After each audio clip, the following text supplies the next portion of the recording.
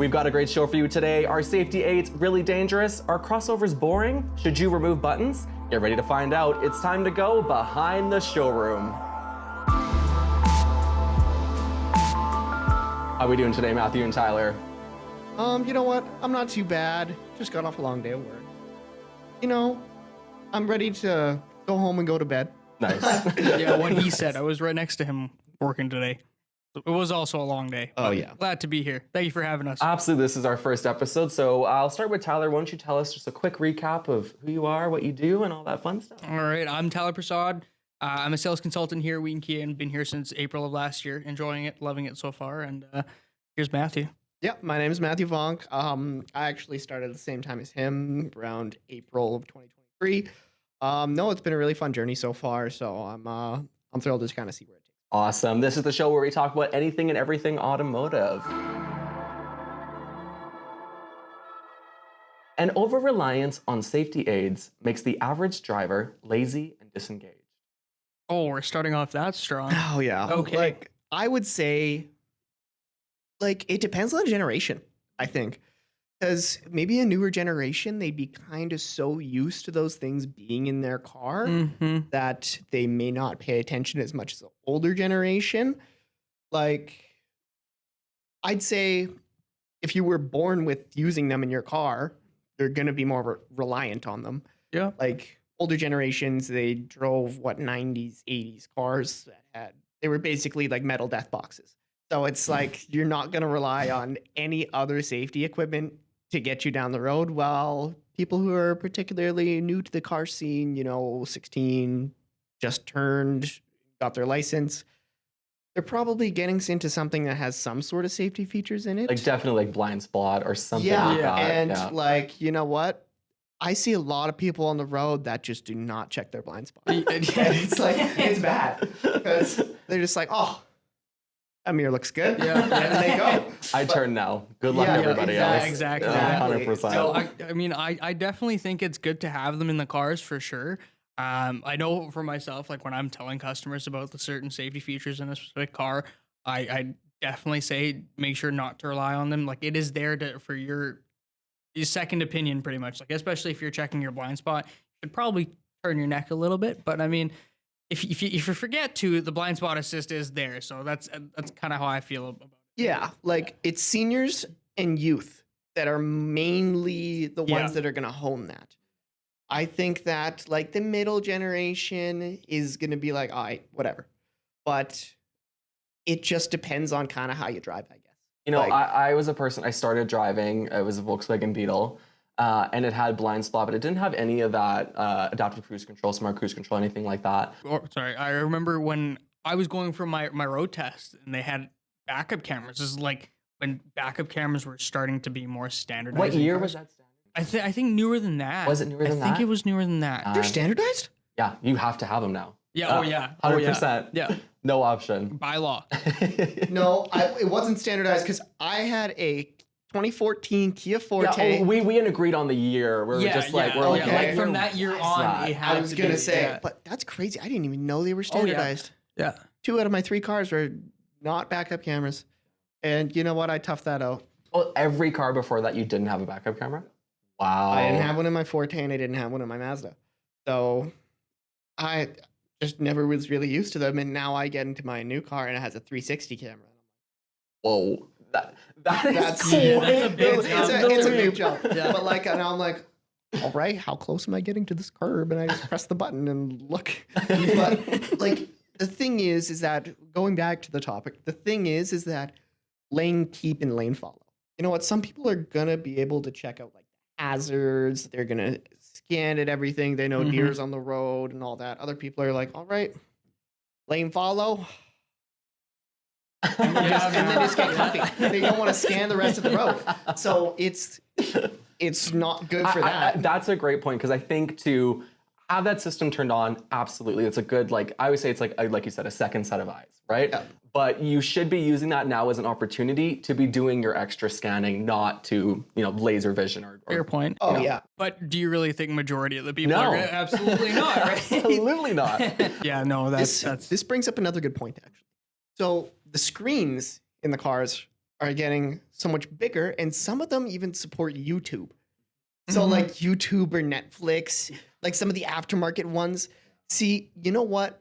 You get safety equipment, and then you get the opposite of that. That's the opposite. So you can just like, oh, Brooklyn Nine-Nine, cool. Like, something like that. I felt like that was a shot point here. No, yeah, but like, I know, like for like some of the Jeep products, they have a screen that can only be seen by the passenger. So there's like the privacy. Yes, when they're yes. gone. I think that's a neat idea. And I think for Tesla with the YouTube apps and whatnot, I think you have to be in park for them to operate. I could be wrong on that. I hope I'm not, but I could be wrong on that.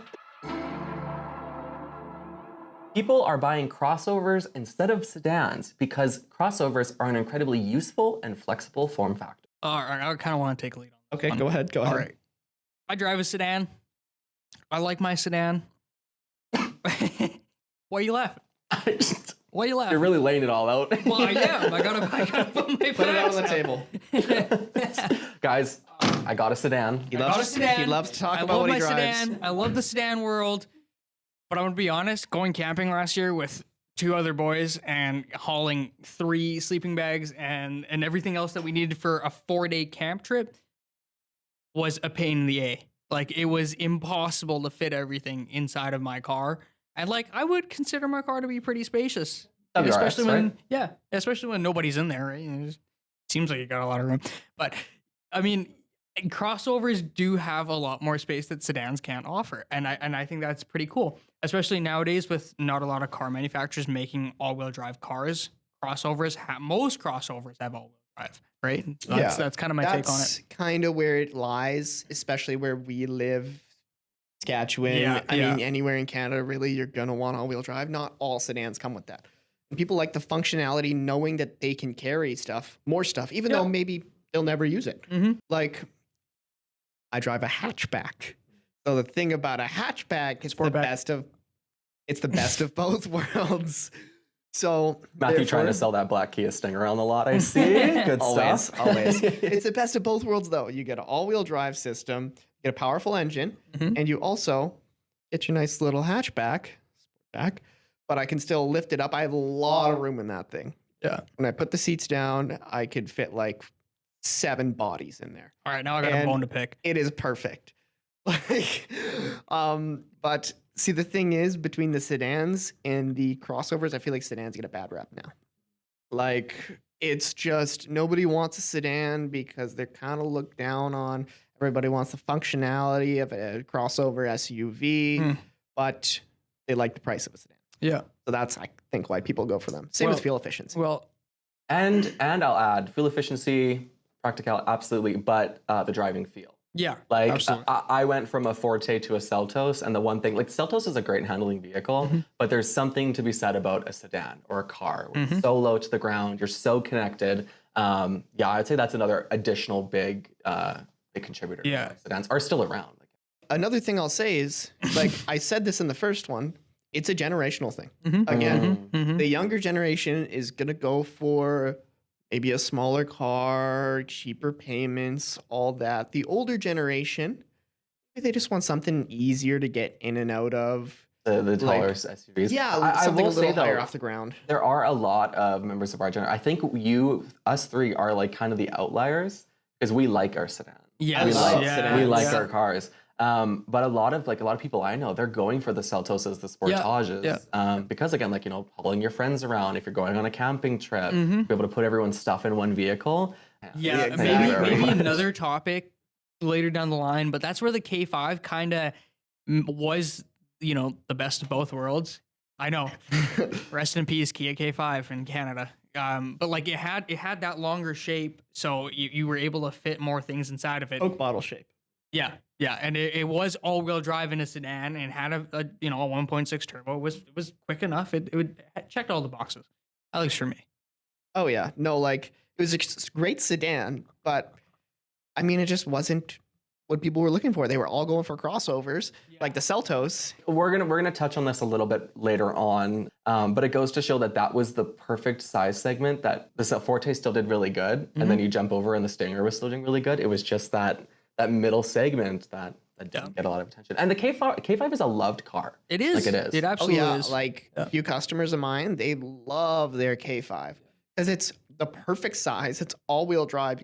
It has a huge trunk in it, like fits so much stuff in it, but it's just demand wasn't there. It's just like a sedan stigma. Another bone to pick. 100%. No all-wheel drive in the GT pack. Like what? What Yeah. are you thinking? Yeah, if you hear us. If you hear us, please. Your sport trims need to be all-wheel drive too. We love you so Yes. much. Please. Your friends from Canada. Friends from Canada, Yes. thank you very much. The average Joe likes big screens and the removal of buttons. Oh, okay. Generational. All right. Okay. Man, do you have any other arguments here? They are generational. All right. Okay. Relax. Hold on. Matthew, every question. Every question. Generational. God. Sit there and tell me that I'm wrong. Am I wrong? The Exactly. Kia K5 came down in a bubble, bro. You're gonna tell me that It I'm did. wrong? I'm gonna need my climate controls, my heated seats, my whatnot to be a button. Because when it's the Yes. middle of winter and I have my gloves We're on, separated. right? Like the EV6 is a perfect example of a car that I think did that really well. There are a lot of capacitive touch buttons. Yes. But Yeah. the ones that you're touching frequently, your shifter, your heated seats, anything in winter where you're gonna have gloves on, those are physical buttons. Like either physical buttons or haptic. Haptic buttons.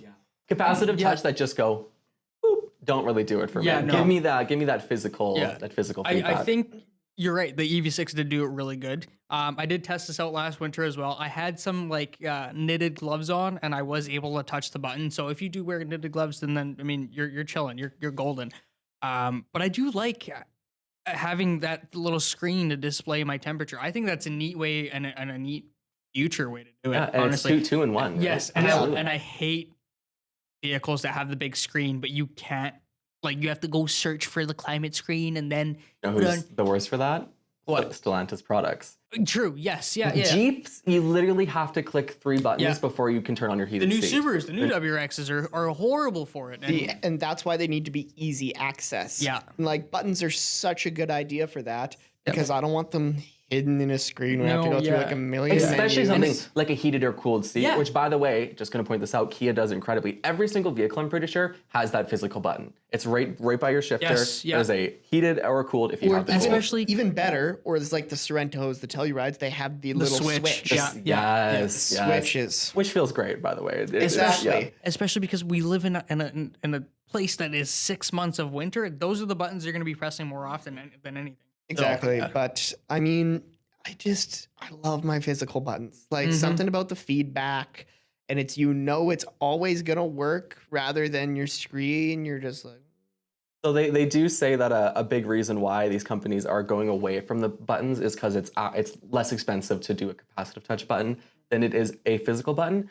And I'm not sure how much I buy that argument because there is like now you're programming as well. You're buying a Yes. screen. There is more components, but yeah, I guess versus like plastic injection molding for each button. Like I get that. but still they put in those little broke buttons. Yeah. Yeah. The Yeah, the lower poverty trim buttons. Yeah, Yeah. the poverty Yeah. buttons. Yeah. They still put in the poverty buttons. And is that costing me money?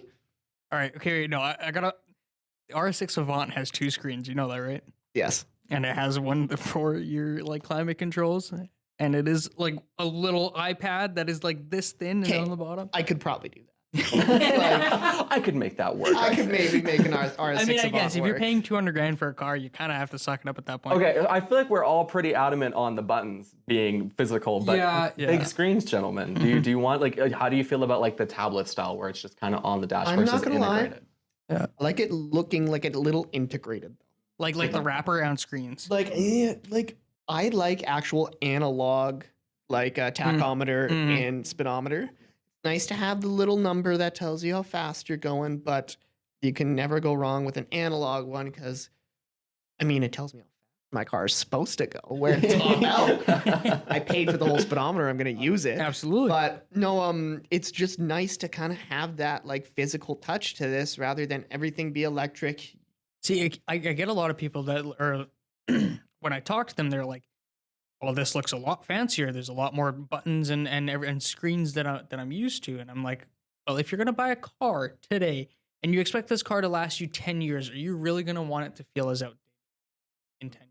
or 5 years. That is a good right? argument. Like I love the wraparound screens. I like the Seltos wraparound screen because it's like smaller, like Pretty low much all profile. Kias are kind of in that wraparound Yes, style yeah, now, yeah. and I'm not a hater in that. No, me I neither. do really like it. Yeah, and like kind of glad I don't have to touch anything on like the driver cluster because I would get so mad at the fingerprints. I'm so OCD about that. It's crazy, but I do like their direction on that. And like back to the big screen, Subarus and that big middle screen, man. Oh, I would lose my crap. I swear to God, I can't do it. I cannot do it. That's like, it's almost too big. Yeah, Like there's a threshold. Mm-hmm. There's a line that I have, and Subaru just goes over it. Like, let's just say I'm not the biggest Subaru fan. Love big screens, but I like my analog as well. It's like a perfect hybrid would be just nice. Like that's what I would go for, and that's personally what I think my car is. Wait, question for you. Do you like the digitalized analog screens? Like where it looks like it's analog, I but it's actually obviously don't not? mind those. Okay. Like, sure, like I'm not a big fan where the numbers are just displayed. I like when I can actually see a speedometer. That's like when in the new Kias, they have like, you can change it so it actually looks like a speedometer. I like that. I like that a lot. I just don't know what it is. It's just way more clean looking for me. Yeah. When you turn the car on and it's like, whoop. Yeah. And what do you guys have? You guys seen that the Lincoln SUV? I think it's all electric. Complete. Like the Nautilus. The Nautilus. The Nautilus. Complete. Like, have you seen that, Matthew? Oh, I think I've seen the Cadillac one. Yes, the Lyric. I think Yes, the Lyric. Lyric, The yeah. Lyric has It's the the same thing, yeah. huge wraparound. You go ahead. Oh, go. I mean, I'm itching to know what you think about it now. So go ahead, man. I got one word. Nah. Not og. No, I think it looks sick, man. I think it is.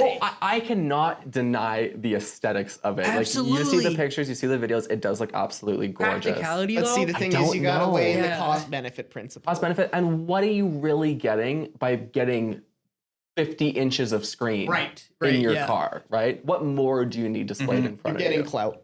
That's really it. You're paying for a screen that you'll probably just kind of look at and never really use. You'll use it to be like, oh, look at this. This is so cool. This Hey is my guys, car. hop in. And then there will see, the nice thing is about that though, never be any fingerprints on it. It is because it is. It's all the way Yeah, to the front. yeah. That's right. That's right. But Okay. it is a very big vehicle, and I mean, I think it's cool. I don't know how practical it is. I've never driven one, never seen what it can do really, but I think it looks pretty sick from a video. We'll double check if Doug DeMero's done a video on that. Yeah, yet. might as well. It's time for Kia Connect. The part of the show where we talk about Kia models, present, past, and future. This isn't a Christmas carol, it's Kia Connect. All right, so today's topic, if you hadn't already guessed it, if you're a Kia fan at home, it's gonna be the Kia K4, the Forte's, Predecessor? I think that's before, right? Successor. Successor, the Successor. Forte There we go. successor. I got a We're good brain. at grammar. Yep. I think that's just I'm vocabulary. I'm but kinda Same smart. thing. It's all good. Same everything. The Kia K4, I think it's perfect. It's basically the Forte, but everything's just a little bit better. Everything's newer, updated. The interior has the wraparound screen. Even has a few better trim models with a few more features. Like before, it didn't used to come with the blind view or the surround view monitor. Yes. Now it comes in the top trim. You get the same engine configurations, but you also have looks like a longer body, more similar to a K5 kind of body lines, as well as the tail lights, the front lights. Oh, they look great in that. It matches the lineup so perfectly Oh, yeah. now with that. Right like, next to the Sorrento with Oh, those yes, ambers. yes. And And the there's- Carnival. Oh yeah, my god. they're starting to put them in Carnival. kind of everything. Like they're a really, really nice stacked LED looking headlight. Yeah, and it's And- clear that they're trying to keep the gas. They're trying to make all the gas vehicles. Which I aesthetic. think it makes really good sense because gas is dirty. It's like- gonna be Yes. all yellow and orange. Yes. It's like when the first year, the 2023 Telluride, they changed that so fast. Yes. One model year, Yeah. they made the Telluride's DRLs I white. think we got maybe 6 of those in. Yeah. Yeah. Until they changed to 2024, and they're just like, all right, we're going to amber. And Because I then think people got mad. I was mad. I was mad. I was one of the people. But no, it's got sweet body lines. I'm really excited for it because you know what? The Forte is a great car, super good on gas.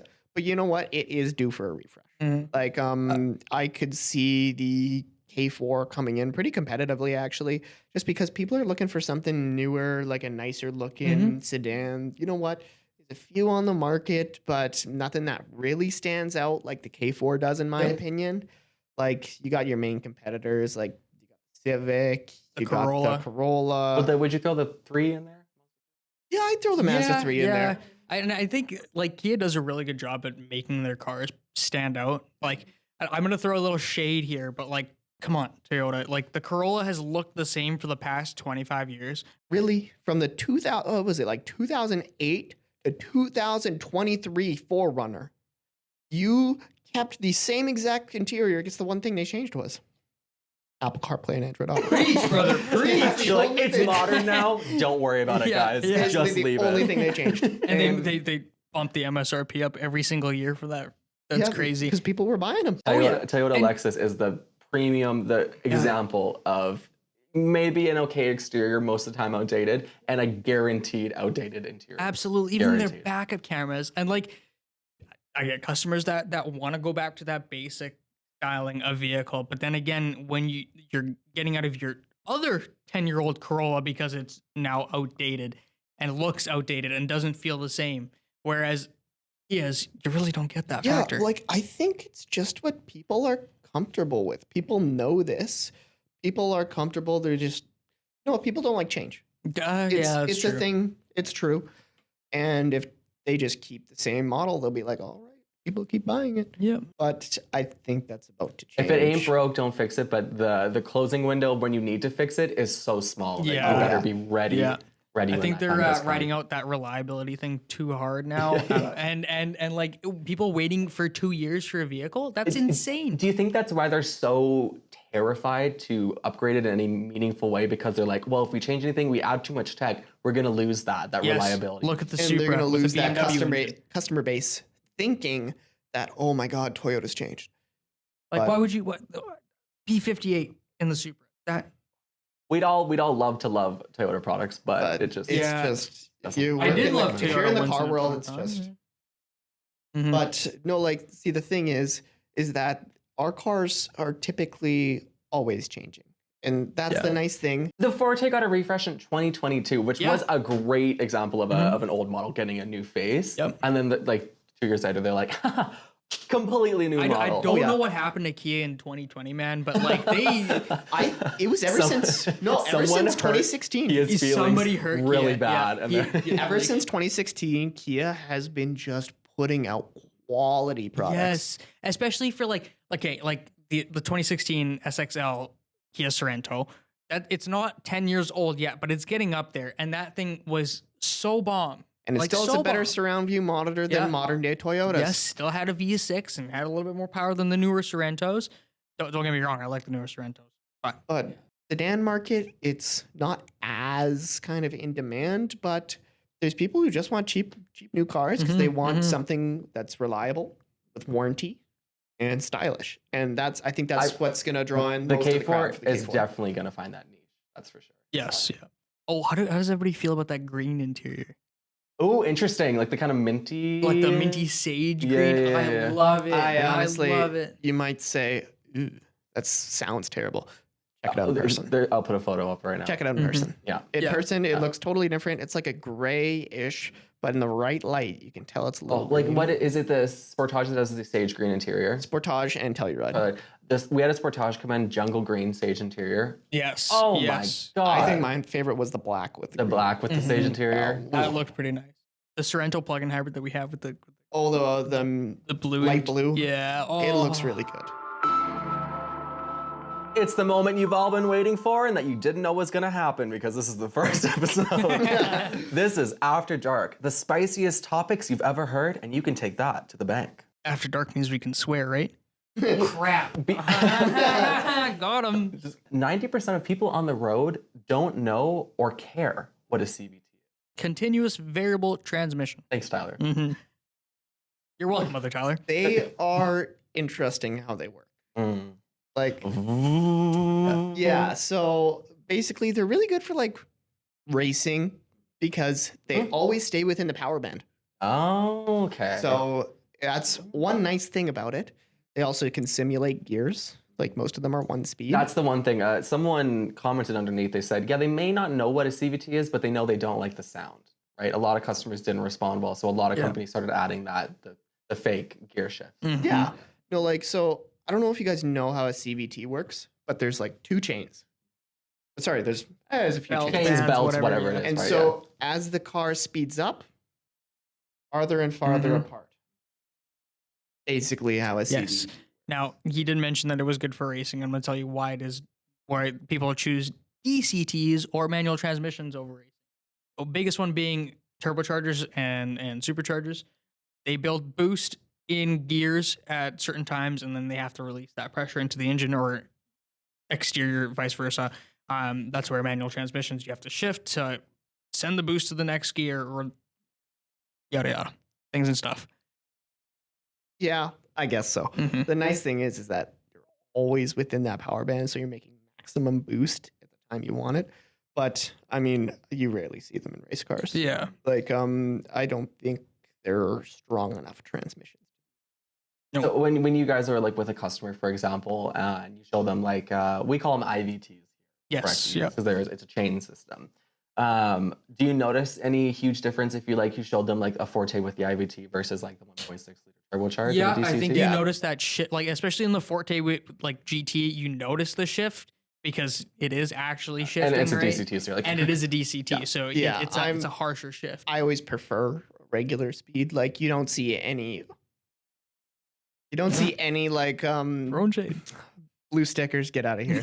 But you don't see anything that can tow with the CVT unless it's a Nissan. Yeah. Because I don't think Nissan has any cars that are not CVTs except the Z.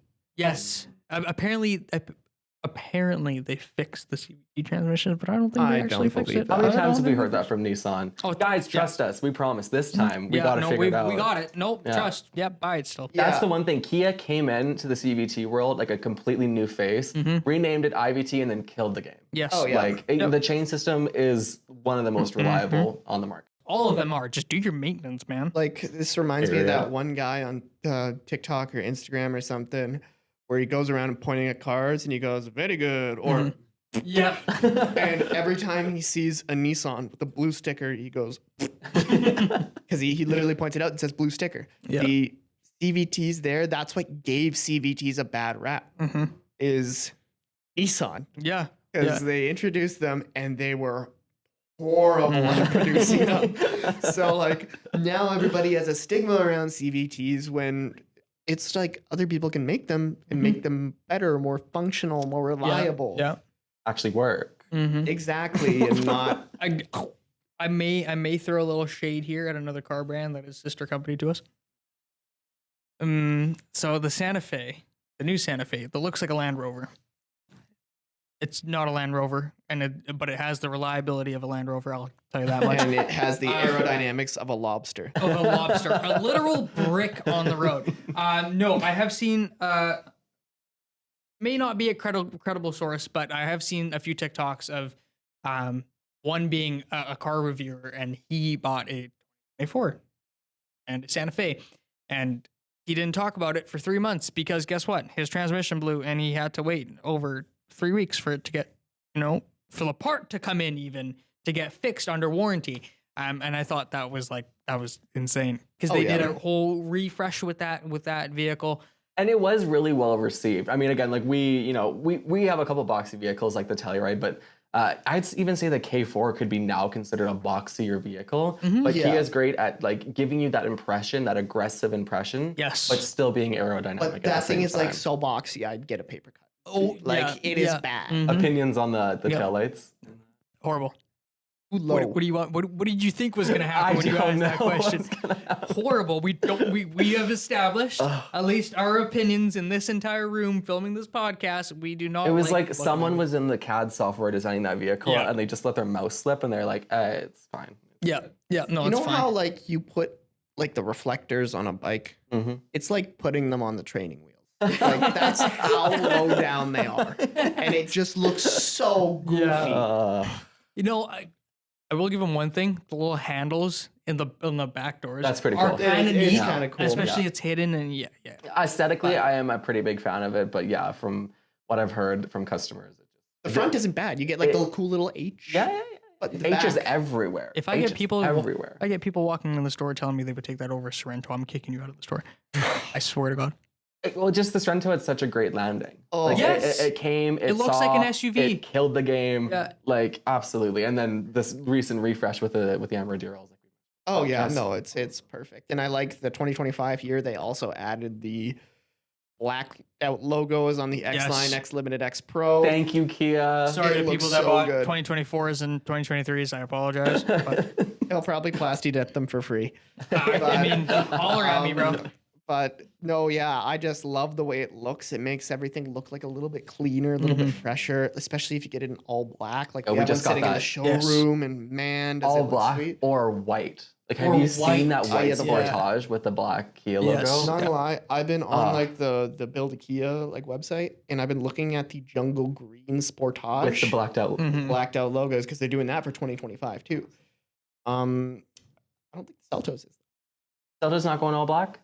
No? Oh. I know, kind of sad, but They should. That makes that- complete that sense. Does not to make do sense. it. But I mean, who am I? I think X line specific, I think it would look good. Oh, yeah, You've got, only you've got X the- line. the Only X blacked lines, out- X line limited, and X pros. Absolutely, yeah. Does that mean the Telluride would also get it? Maybe we haven't Ooh, seen a 2025 yeah. yet. I have no news on that Yeah, we're still on 24s right now. And no reports that they're changing much, anyways.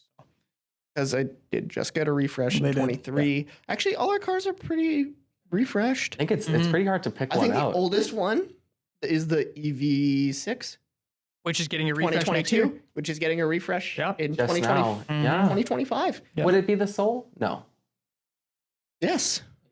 But the Soul got a slight change last Yeah, they just year. did. They did the DRLs and Yes, and then they put the logo in between, like the In the- plastic, inside which the I thought plastic, was yes. neat. I thought that was very neat. Yeah. Doesn't I mean, get you don't dirty. really need a logo to know. So for somebody to know that you're driving a A Kia, Soul. It's a Kia Soul as clear as day. Yeah. I love them. Yeah. Mhm. Hey, I love if you ended up accidentally selling your Soul, we're happy to say you can come here and buy one. Absolutely. That's true. I'd say that just about wraps up this week's episode of Behind the Showroom. If you want more episodes, be sure to support the show by sharing it with your friends and family. These are humble beginnings, people, and we hope to see more of you soon. Yeah. Take care. Excited to be here. See you next time. Have a good one. Until then.